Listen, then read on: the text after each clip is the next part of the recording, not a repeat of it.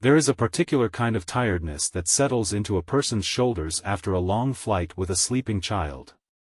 It is not simply physical exhaustion, though there is plenty of that: the stiffness from holding a small body still for hours, the dull ache that travels from the neck down through the back.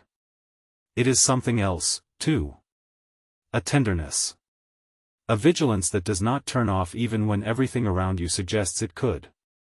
It was that particular tiredness that Marcus Whitfield carried with him through the revolving doors of the Aldridge Grand Hotel on a Thursday evening in early November, his daughter Sophie asleep against his shoulder, a small bouquet of red roses held carefully in his free hand, the stems gripped low so the blooms would not brush against her sleeping face. He had bought the roses at the airport, in the last few minutes before his flight, because tomorrow was the anniversary of his wife's passing, and he had decided, somewhere over Ohio, that he was not going to let the day arrive without flowers in the house. Some traditions survive grief by sheer stubbornness. This was one of his. He walked toward the front desk slowly, careful with each step, the way a parent learns to walk when waking a child is the only thing in the world they are trying to avoid. Marcus Whitfield was 40 years old. He had dark, slightly unruly hair that no amount of professional grooming ever fully tamed, and a beard that suggested several days of travel rather than careful cultivation. He wore a brown leather jacket, worn soft at the elbows, the kind of jacket that had been broken in over years rather than purchased to look that way. Slung across his body was a leather messenger bag, heavy with the particular chaos that accompanies traveling with a small child's snacks, a tablet, a spare change of clothes, a stuffed bear with one ear slightly more loved than the other.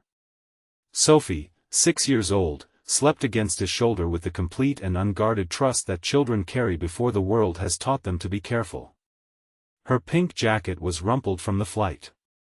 Her dark hair, plaited that morning into 2 braids, had come half undone on one side. She held the stuffed bear loosely in one arm, her small hand resting against the leather of her father's jacket. To anyone observing the scene from across the lobby, they would have looked like exactly what they were: a tired father, traveling alone with his daughter, arriving somewhere late and hoping for nothing more complicated than a bed. What the lobby did not know, what Marcus had no particular reason to announce, because announcing it had never been the point, was that he owned the building they were standing in. The Aldridge Grand was the 7th property in a small, carefully built hospitality group that Marcus had started 11 years earlier, before Sophie was born, before his wife Elena had gotten sick, before the world had rearranged itself into the shape it now held. He did not run the day-to-day operations of any single property. He had people for that: regional managers, hotel directors, a small executive team that handled what needed handling. But he made it a quiet, unannounced practice to visit his own properties from time to time, unrecognized, dressed exactly as he was dressed now, not as a test, not as a trap, but because he had learned, over the years, that the only way to understand how a place actually treated people was to be treated as an ordinary person yourself. He approached the front desk. 2 women stood behind it. The first was tall, blonde, her hair pulled into a neat low bun, wearing a navy blazer with a brass name tag that read Claire. Her arms were crossed loosely, and her eyes moved over Marcus with a quick, assessing glance that took in the leather jacket, the sleeping child, the bouquet of roses, and arrived at a conclusion before he had said a single word. Beside her stood a second woman in a cream blazer, dark hair loose around her shoulders, arms also crossed, watching with an expression that mirrored her colleague's: not hostile, exactly, but guarded in a way that suggested she had already decided what kind of evening this was going to be. "Good evening," Marcus said quietly, careful not to raise his voice and wake Sophie. "I have a reservation." "Whitfield. Just checking in for the night." Claire's eyes moved to the computer screen in front of her, then back to Marcus. "I'm not seeing a reservation under that name," she said. "It should be there," Marcus said. "It may have been booked through corporate. Could you check again?" There was a pause, the particular pause of someone deciding how much effort a request deserves before they've even finished hearing it. "Sir," Claire said, "even if there were a reservation issue, we're fully booked this evening. There's a corporate event upstairs. I'm afraid we don't have anything available." Marcus shifted Sophie slightly, careful not to wake her. I understand you're busy, he said. But I'd really appreciate it if you could look a little more carefully. It's been a long flight, and my daughter needs to sleep somewhere that isn't an airport chair. It was the kind of moment that reveals something true about a person, not because the words spoken are dramatic, but because of the small choices made in an unguarded instant, the tone selected, the level of effort offered, the willingness or unwillingness to simply look again. Claire glanced at her colleague. Something passed between them, not spoken, but understood, the way unkindness sometimes moves between people without ever needing language. I really am sorry, Claire said, in a tone that did not sound sorry at all, but there's simply nothing we can do. You might try the Marriott 2 blocks over. The second woman, whose name tag read Renata, added, not unkindly in tone but carelessly in effect, sometimes this time of year, walk-ins just don't work out. I'd recommend calling ahead next time. Marcus stood there for a moment. He was not angry, not yet, and not in the way the moment might have suggested he should be. He had built his career, in part, on a simple principle he had learned long before he owned a single building, that you could often learn more about a person's character by watching how they treated someone who appeared to need nothing from them than by watching how they treated someone who clearly held power. He was, at this moment, a tired man in a worn jacket holding his sleeping daughter and a bouquet of roses, and to Claire and Renata, that was apparently all he was. He shifted Sophie's weight again. She stirred slightly, murmured something into his shoulder, and settled back into sleep. Is there a manager I could speak with? He asked quietly. The manager is currently occupied with the event upstairs, Claire said. I really can't interrupt him for a room availability question. As I said, we're full. It was at this point, while Marcus stood quietly considering his next step, that a third person appeared from a side door near the concierge desk. She was perhaps 50, with kind eyes and silver-streaked dark hair pulled back simply, wearing the burgundy vest of the hotel's housekeeping supervisors. Her name tag read Dolores. She had been walking past with an armful of fresh linens when she noticed the scene at the front desk: the sleeping child, the roses, the tired set of the father's shoulders, and the particular stiffness in the body language of the two women behind the counter. She set the linens down on a nearby luggage cart and approached. Excuse me, she said gently, to Marcus, not to her colleagues. Is everything all right? Marcus looked at her. There was something in her face, an open, unhurried attentiveness that was entirely absent from the desk in front of him. I have a reservation that doesn't seem to be coming up, he said. And I'm told the hotel is full. Dolores glanced at the front desk computer, then at Claire. Did you check the corporate block? She asked. Sometimes reservations made through the executive office don't show in the standard search. You have to look under the secondary tab. Claire's expression flickered irritation, quickly suppressed. I checked the system. There's nothing. Did you check the secondary tab? Dolores said again, more firmly this time, the gentleness in her voice not disappearing but acquiring a clear edge underneath it. There was a pause. Claire clicked through the screen with visible reluctance. A moment passed. Her face changed. There's a reservation here, she said slowly. Whitfield. Under the executive booking category. I thought there might be, Dolores said simply. But Dolores was not finished. She turned, fully, to look at Marcus, really look at him, the way she had clearly been trained, or had simply decided on her own, to look at every person who walked through the doors of wherever she worked. She saw the roses. Those are beautiful, she said softly. Is tomorrow a special day? Marcus looked down at the flowers in his hand, slightly crushed now from the long flight, but still holding their color. It's the anniversary, he said quietly. Of my wife. She passed 3 years ago tomorrow. We always, he paused, adjusting Sophie against his shoulder. We always put flowers out. It's become our tradition. Sophie picks the vase. Dolores's expression softened in a way that had nothing to do with policy or procedure. I'm so sorry, she said. And then, looking at Sophie's sleeping face pressed against her father's shoulder, the small hand curled around the worn stuffed bear, "She's beautiful. She looks exhausted, poor thing." "It's been a long day for both of us," Marcus admitted. Dolores looked at the bouquet again, then reached out gently, asking permission with her eyes before her hands moved and adjusted one of the rose stems that had bent awkwardly during the flight, the way a person fixes something small simply because they notice it needs fixing, and they are the kind of person who fixes small things without being asked. "Let me find you a vase before you go up," she said. "You shouldn't have to carry these bent like that all the way to your room." It was a small gesture. It would not have made the news. It would not have been remarkable in almost any other context.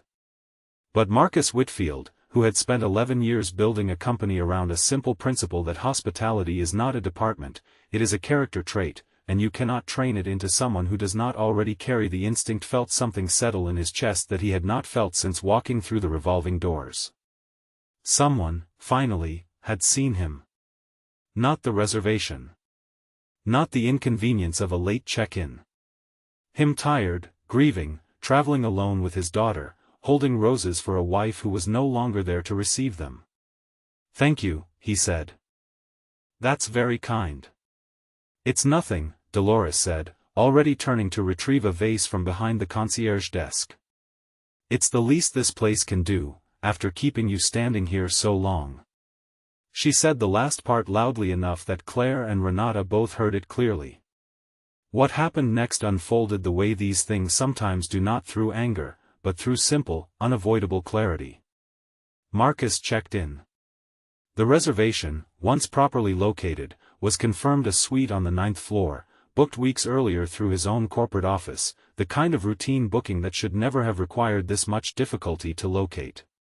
But before he went upstairs, he asked, quietly, to see the hotel's general manager, after all not in anger, but because he believed, as he always had, that patterns of behavior were worth understanding before they were corrected. The general manager, a composed man named Gregory Sandoval, arrived within minutes, apologetic and visibly anxious the moment he recognized the name on the registration screen. He had worked for Marcus's company for 6 years, had met Marcus exactly twice at regional meetings, and clearly had not expected to encounter his employer standing tired and travel-worn in his own lobby with a sleeping child and a bouquet of roses. "Mr. Whitfield," he said. "I had no idea you were. I'm terribly sorry for the confusion at the desk. I'll address it immediately." Marcus held up a hand gently. "I'd like to talk to you about what just happened. Not as an executive correcting his staff. Just as a guest who was treated unkindly tonight, for no reason other than the way I happened to look when I walked in." He told Gregory, plainly and without exaggeration, what had occurred: the dismissiveness, the unwillingness to check twice, the suggestion to simply go elsewhere rather than do the small additional work of looking properly. And then he told him about Dolores, and the vase, and the kindness that had cost her nothing but had meant, in that tired moment, almost everything. "I'm not asking you to fire anyone in anger," Marcus said. "I'm asking you to think about what kind of hotel we're actually running, if the woman who restocks linens understands hospitality better than the people standing at the front desk." Gregory Sandoval did, in the end, let Claire and Renata go, not as an act of cruelty, and not that same night, but after a careful review the following week that confirmed what Marcus had already suspected, that this had not been an isolated lapse, but a pattern, documented in more than one prior guest complaint that had been quietly absorbed and forgotten, the way small unkindnesses sometimes are when no one with sufficient standing happens to notice them. It was not really about the termination, in the end. Marcus did not take satisfaction in it. He had built his company on the belief that people generally rise to the standard they are shown, and he felt, in some private way, that the failure belonged at least partly to the systems that had allowed 2 employees to treat a tired father so carelessly without consequence for as long as they apparently had. What mattered more to him, what he thought about, in fact, far more often in the weeks that followed, was Dolores. He found her 2 days later, before he checked out, in the small break room behind the housekeeping office, eating a sandwich during her short lunch window. "Dolores," he said, knocking gently on the open door. Do you have a minute? She looked up, surprised to see him, and immediately began to stand, smoothing her vest. Mr. Whitfield, I didn't realize, please, he said. Sit. I just wanted to thank you properly. For the other night. She sat back down, looking faintly embarrassed, the way kind people often do when their kindness is noticed and named directly.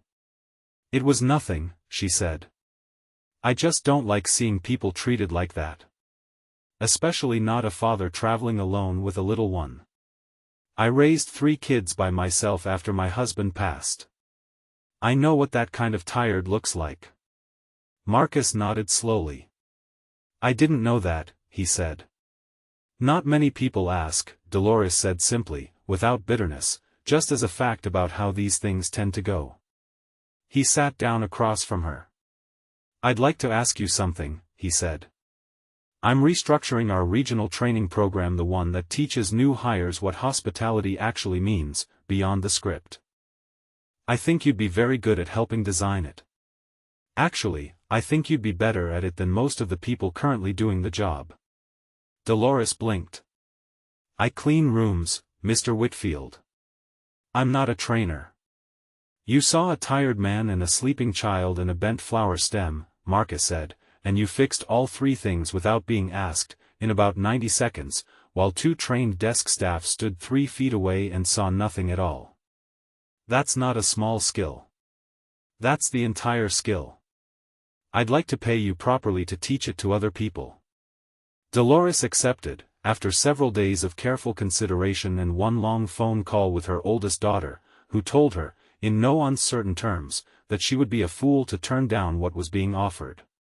She became, within the year, the regional training coordinator for guest experience across all 7 of Marcus's properties, a role that did not exist before that November evening, built specifically around what she had already been doing quietly, without title or recognition, for years. She kept, on her office wall, a small framed photograph not of the hotel, not of any award, but of a simple glass vase holding a bouquet of slightly crushed red roses, which Marcus had sent to her, along with a card, the week after Sophie's mother's anniversary had passed. The card read simply, "Thank you for seeing us," when it would have been so easy not to. Sophie, for her part, remembered very little of that particular evening. She had been asleep for most of it, after all, and children carry their memories selectively, holding on to warmth and releasing detail. But she remembered, in the vague way that young children remember important things without understanding why they are important, a kind woman with silver-streaked hair who had fixed a flower for her daddy, and who had smiled at her, briefly, while she pretended to still be asleep against her father's shoulder. Years later, when Sophie was older and beginning to understand more fully the kind of man her father was, the quiet, unannounced way he moved through the world, checking on the things that mattered rather than simply trusting the reports that crossed his desk, she would ask him, once, why that particular evening had stayed with him so clearly, out of so many nights of travel. And Marcus would tell her, simply, that it was the night he had learned, all over again, something he had always believed but had needed to be reminded of, that kindness rarely announces itself with fanfare. It comes quietly, in someone noticing a bent flower stem, or a tired set of shoulders, or a sleeping child who deserves a bed rather than a lobby chair. And that the people who offer it without title, without expectation of reward, are very often the ones who deserve, more than anyone else in the room, to be truly seen. And perhaps that is what stays with us longest from an evening like this one, not the unkindness, which fades quickly enough, but the quiet decency of someone who simply chose to look a little closer. We do not always know, walking through a door tired and travel-worn, who will see us clearly and who will not. But it is worth remembering that the kindness we receive in our hardest, most ordinary moments, offered freely, by someone expecting nothing in return, is very often the thing we carry longest, long after the rest of the evening has been forgotten.